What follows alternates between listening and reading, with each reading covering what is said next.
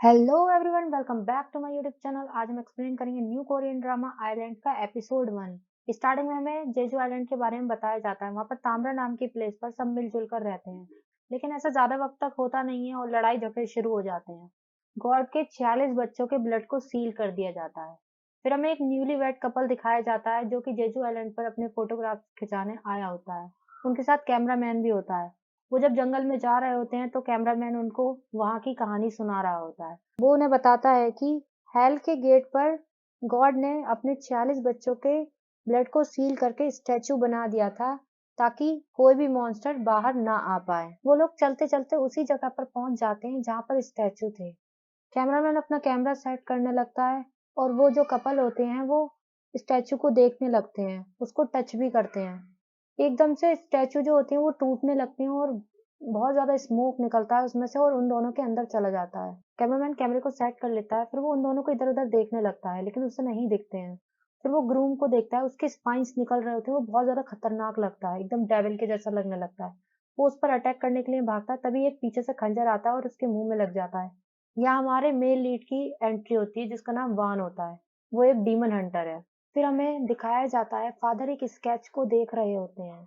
Sketch red होने लगता है, फादर घबरा जाते हैं और कहते हैं जाओ जॉन को बुला कर लाओ। फिर हमें हमारा सेकंड मेल लीड दिखाया जाता है जिसका नाम जॉन होता है। जॉन ने एक डीमन को पकड़ रखा है, तभी वहां पर प्रीस्ट आ जाता है और जॉन से कहता है तुम्हें फादर बुला रहे हैं। जॉन उस डीमन को मार देता है और फादर से मिलने जाता है। फादर जॉन को एक स्केच दिखाते हैं। जॉन उनसे पूछता है कि स्केच में ये लेडी कौन है, तो वो बताते हैं कि जब बहुत समय पहले बुरी शक्तियां अच्छाई पर हावी हो रही थी, तब ये लेडी हमें बचाने के लिए आई थी, लेकिन वो अपना मिशन पूरा नहीं कर पाई। एक आदमी ने उनको मार दिया और वो आदमी अभी भी जिंदा है और आइलैंड पर कहीं पर है। फादर जॉन को बताते हैं कि उन्होंने सेबियर को ढूंढ लिया है और काफी समय से उस पर नजर भी रखे हुए हैं। उस लड़की की किस्मत उसे फिर से आइलैंड में लेकर आएगी। मैं चाहता हूँ तुम जाकर उसको बचाओ। फिर हमें हमारी फीमेल लीड दिखाई जाती है जो कि एक पेंटिंग दिखा रही होती है। वहां पर काफी लोग होते हैं, रिपोर्टर्स भी होते हैं। मियो बताती है कि देवन होटल के हर कमरे में ये पेंटिंग्स लगाई जाएंगी। मियो जब डिनर कर रही होती है तभी उसकी आंट वहां पर आ जाती है। वो बहुत ज्यादा गुस्से में होती है और कहती है कि मेरे होटल के मामलों से दूर रहो। तो मियो कहती है मैं क्यों दूर रहूं, आपसे ज्यादा शेयर्स तो होटल में मेरे ही हैं, तो प्लीज मुझे जो करना है मुझे करने दीजिए, आप जाइए यहाँ से। उसकी आंट वहां से चली जाती है। न्यू जब वापस लौट रही होती है तो उसकी कार दूसरी कार से टकरा जाती है। उसमें से दो आदमी निकलते हैं। वो उसके सेक्रेटरी को परेशान करने लगते हैं। न्यू कार से बाहर आती है और उनसे माफी मांगती है और अपने सेक्रेटरी से भी माफी मांगने के लिए कहती है, लेकिन वो लोग नहीं मानते हैं और सेक्रेटरी को परेशान करने लगते हैं। न्यू को बहुत ज्यादा गुस्सा आ जाता है और वो उनमें से एक बंदे को उठाकर पटक देती है। जो दूसरा बंदा होता है उसकी वो वीडियो बना लेता है और देखते ही देखते वो वीडियो वायरल हो जाती है, न्यूज वगैरह में चलने लगती है, जिसकी वजह से सारे स्टॉक प्राइस उसके गिरने लगते हैं। न्यू अपने डैड से मिलने जाती है। उसके डैड बहुत ज्यादा नाराज होते हैं। बटलर चैन एडवाइस देते हैं कि मियो को रिजाइन कर देना चाहिए और कुछ दिनों के लिए बाहर चले जाना चाहिए, लेकिन मियो मानती नहीं है। तो बटलर चैन समझाते हैं कि उसको अब्रॉड नहीं भेज रहे हैं, वो पास में ही जेजू आइलैंड चली जाए और वहां पर कुछ दिन वॉलेंटियर वर्क करें। मियो मान जाती है और बटलर चैन के कहने से जीजू आइलैंड अपने सेक्रेटरी के साथ चली जाती है। जब वो एयरपोर्ट पर होती है तो बहुत सारे रिपोर्टर्स वहां पर आ जाते हैं। मियो की लेकर वहां से जाने लगती है। तभी जब वो निकल रही होती है उसे एक एनर्जी फील होती है। उधर हम देखते हैं एक औरत को भी वही एनर्जी फील होती है और वो इग्नोर कर देती है और पार्किंग एरिया में चली जाती है।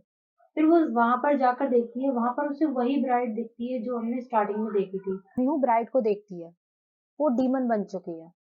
डीमन ब्राइड म्यू को देखती है और कहती है अच्छा तुम हो। म्यू बहुत ज्यादा डर जाती है और डर कर वहां से भागने लगती है। ब्राइड भी उसके पीछे भागने लगती है उसे मारने के लिए। म्यू अपने आप को एक वैन में बंद कर लेती है। ब्राइड उसमें घुसने की कोशिश करती है, तभी वहां पर हमारा मेल लीड वान आ जाता है और डीमन ब्राइड और उसकी फाइट होती है। वो डीमन ब्राइड को हरा देता है और फिर मीहू की तरफ देखने लगता है। मीहू के अंदर से फिर से एक एनर्जी रिलीज होने लगती है और वो बेहोश हो जाती है। उसको होश आता है तो उसका सेक्रेटरी बताता है कि वो उनको बेहोश मिली थी। तो वो उस आदमी के बारे में पूछती है जिसने उसे बचाया था। तो सेक्रेटरी कहता है हमें सिर्फ आप मिली थी और वहां पर कोई नहीं। फिर में हम वान को देखते हैं, वो उसी औरत से मिलता है जिसको मीहू की एनर्जी महसूस हुई थी।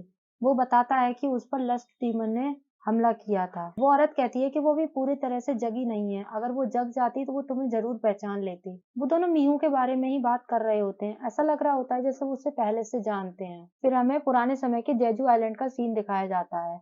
एक गांव में सभी लोग मर जाते हैं, बस एक बच्चा जिंदा रह जाता है। उस बच्चे को मोंग के पास ले जाया जाता है। मोंग उन्हें डीमन स्लेयर बनाना चाहता है, लेकिन जो औरत होती है वो मना करती है, कहती है ऐसा मत करो, पहले ही काफी बच्चे मर चुके हैं। पर मोंग नहीं मानता है। मोंग बहुत सारे बच्चों को एक गुफा में लेकर जाता है। वहां पर एक इविल स्पिरिट होती है, ये एक लस्ट डीमन होता है। वो एक खंजर निकालता है और लस्ट डीमन के अंदर घुसा देता है, जिसमें से आग जैसा ब्लड निकलता है और वो एक कटोरे में ले लेता है। मोंक लस्ट डीमन के ब्लड को बच्चों के अंदर डाल देता है। उनमें से सिर्फ 2 ही बच्चे बचते हैं। मोंक उनसे कहता है कि अब तुम डीमन स्लेयर हो।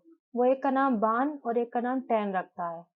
वो आधे इंसान और आधे डीमन बन जाते हैं। उनकी ट्रेनिंग स्टार्ट हो जाती है डीमन स्लेयर बनने की। फिर हम देखते हैं बेखो के साथ में एक लड़की आती है जिसका नाम बोंग जियोन होता है।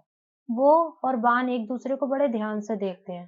फिर सीन शिफ्ट होता है और हम मीहो को देखते हैं और वो तामरा हाई स्कूल में वॉलेंटियर वर्क करने लगती है। वहां पर वो एक टीचर से मिलती है। एक्चुअली वो जो टीचर होती है वो उसकी फ्रेंड होती है। वो उससे मिलकर बहुत ज्यादा खुश होती है। मीहो जब स्कूल से लौट रही होती है तभी उसके डैड का फोन आता है। वो उसको कहते हैं जो कल्चरल फाउंडेशन वो संभाल रही थी अब उसकी आंट संभाले। मीहू ने उस वीडियो के बारे में सारी इंफॉर्मेशन निकालने के लिए अपने आदमियों को कहा था, जिसकी वजह से उसकी पोजीशन उससे चली गई। उसके आदमी कुछ फोटोज भेजते हैं। वो बहुत ज्यादा उदास हो जाती है और कार को रुकवा देती है और उसमें से बाहर निकलती है और अपने सेक्रेटरी को वो फोटोज दिखाती है। एक्चुअली जो सेक्रेटरी होता है उसने उसकी आंट से पैसे लिए होते हैं और उन आदमियों को जानबूझकर झगड़ा करने के लिए दिए होते हैं।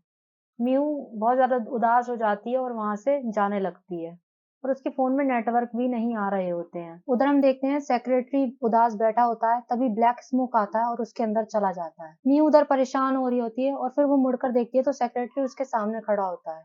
वो उससे कहता है तुम यहाँ से नहीं जा सकती और वो म्यू पे अटैक करता है। म्यू बहुत ज्यादा डर जाती है और वहां से जंगल में भागने लगती है। सेक्रेटरी भी उसके पीछे भागने लगता है। वो पूरी तरह से डीमन बन चुका है। वो मियों के गले को पकड़ लेता है। वो उसे मारने ही वाला होता है, तभी वहां पर बान आ जाता है और उसके हाथ को कट कर देता है। हमारे एपिसोड 1 का एंड हो जाता है। अगर आपको वीडियो अच्छी लगी है तो वीडियो को लाइक करें। नेक्स्ट एपिसोड के लिए चैनल को सब्सक्राइब करें। Thank you so much. Bye bye.